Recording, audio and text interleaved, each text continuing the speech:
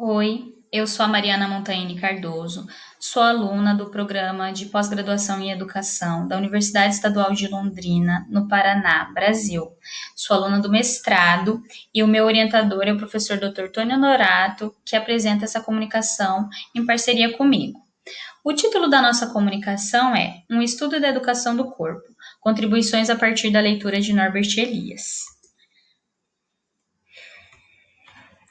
Para a gente pensar a categoria historiográfica Educação do Corpo com Norbert Elias, a gente utilizou como principais leituras o processo civilizador, uma história dos costumes, e o processo civilizador, formação do Estado e civilização. Tendo como ponto de partida os elementos constituintes da teoria desenvolvida por Norbert Elias, a gente pretende anunciar aqui uma possível compreensão dessa categoria historiográfica, a educação do corpo.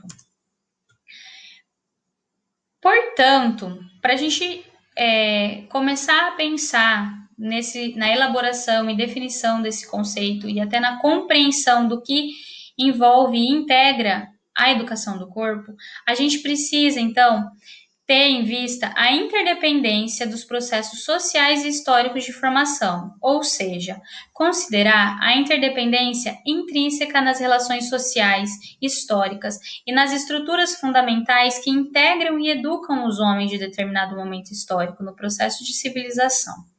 Os processos de formação da sociedade, eles são interdependentes e relacionados aos processos de formação do indivíduo social.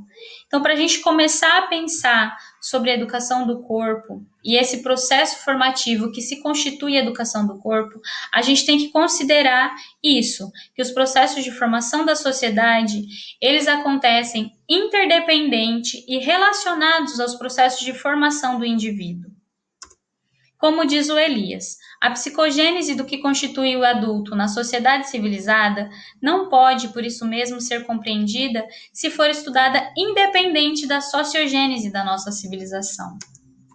Assim, para a gente conseguir compreender os processos sociais que educam o adulto civilizado, formando integralmente, ou seja, os processos sociais que educam modos de comportamento, personalidades, controles de impulsos, emoções, que cria e desenvolve sentimentos específicos, tais como a repugnância, o medo, o autocontrole das pulsões, se faz necessário compreender a sociogênese circunscrita nesse processo formativo.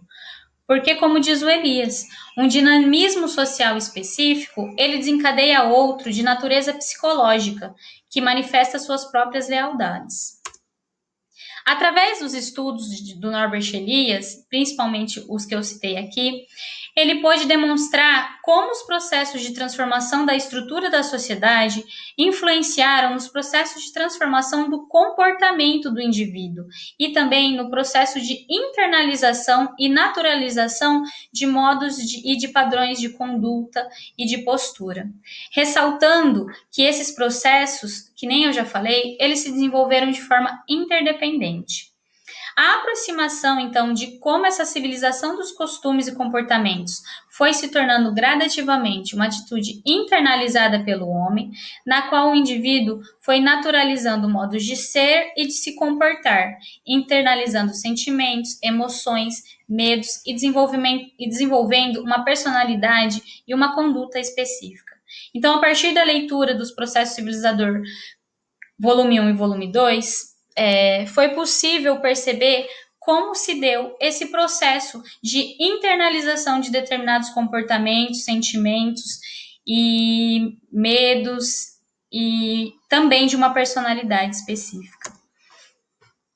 Assim, o processo histórico de educação do corpo, para a gente pensar como se dá esse processo histórico, a gente precisa considerar o contexto sociogenético, que nem a gente está falando, no qual esse processo acontece, ou seja, compreender a sua estrutura social específica, suas relações de interdependência e os gradientes e equilíbrios de poder que delas são emergentes.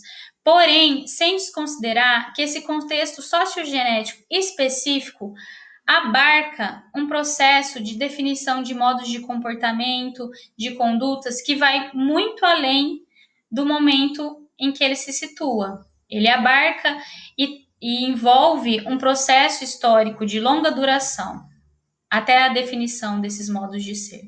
E compreender também a psicogênese característica desse processo formativo, que é consoante com a demanda de atuação e a situação social desse indivíduo em questão.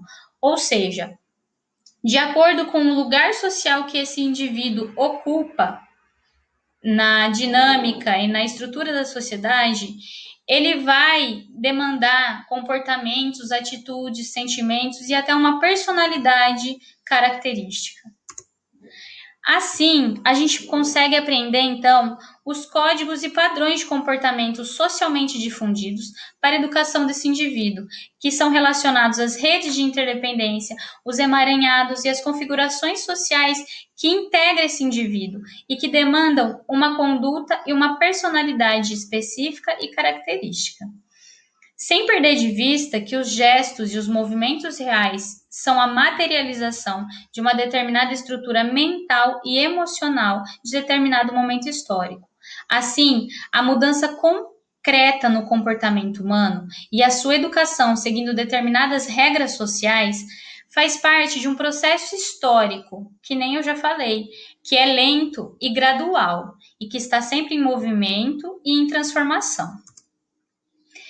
Portanto, para a gente pensar a educação do corpo, compreende considerar que, de acordo com as mudanças da estrutura da sociedade, nas formas e divisões do trabalho, nas relações de poder e de interdependência, os códigos de comportamento e a personalidade do indivíduo também foram se transformando e se intensificando, e também se definindo. Assim, a educação do corpo, ela diz respeito ao modo como as pessoas interiorizam e vivem os hábitos e comportamentos aceitos socialmente, num processo que é histórico, produzindo no indivíduo um sentimento da imagem de si na relação com o outro. A educação do corpo conduz mudanças na estrutura da personalidade e da conduta dos indivíduos.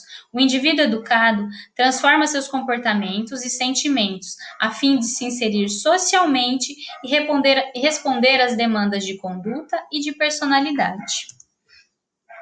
Portanto, para finalizar, a gente pode dizer que a educação do corpo, a partir de uma leitura com Norbert Elias, ela pode ser vista como um processo que é histórico, no qual os indivíduos encontram-se imersos no decorrer de toda a sua existência, mas que vai para além da existência desse indivíduo em questão e que resulta na constante internalização e naturalização de comportamentos, sentimentos, gostos, hábitos, condutas, modos de ser, de se comportar, sentimentos de repugnância, nojo, medo, enfim. E essa educação, ela resulta do entrelaçamento entre a condição sociogenética e psicogenética e permeia o indivíduo nas diversas relações e configurações as quais integra em toda a sua vida, no decorrer de toda a sua existência, modelando e definindo uma personalidade e um comportamento muito específico. Aqui, então, eu apresento as referências que eu citei para a elaboração e que eu usei para a elaboração desses slides. E eu espero que a gente, então, converse um pouquinho sobre isso no dia e horário marcado. Muito obrigada.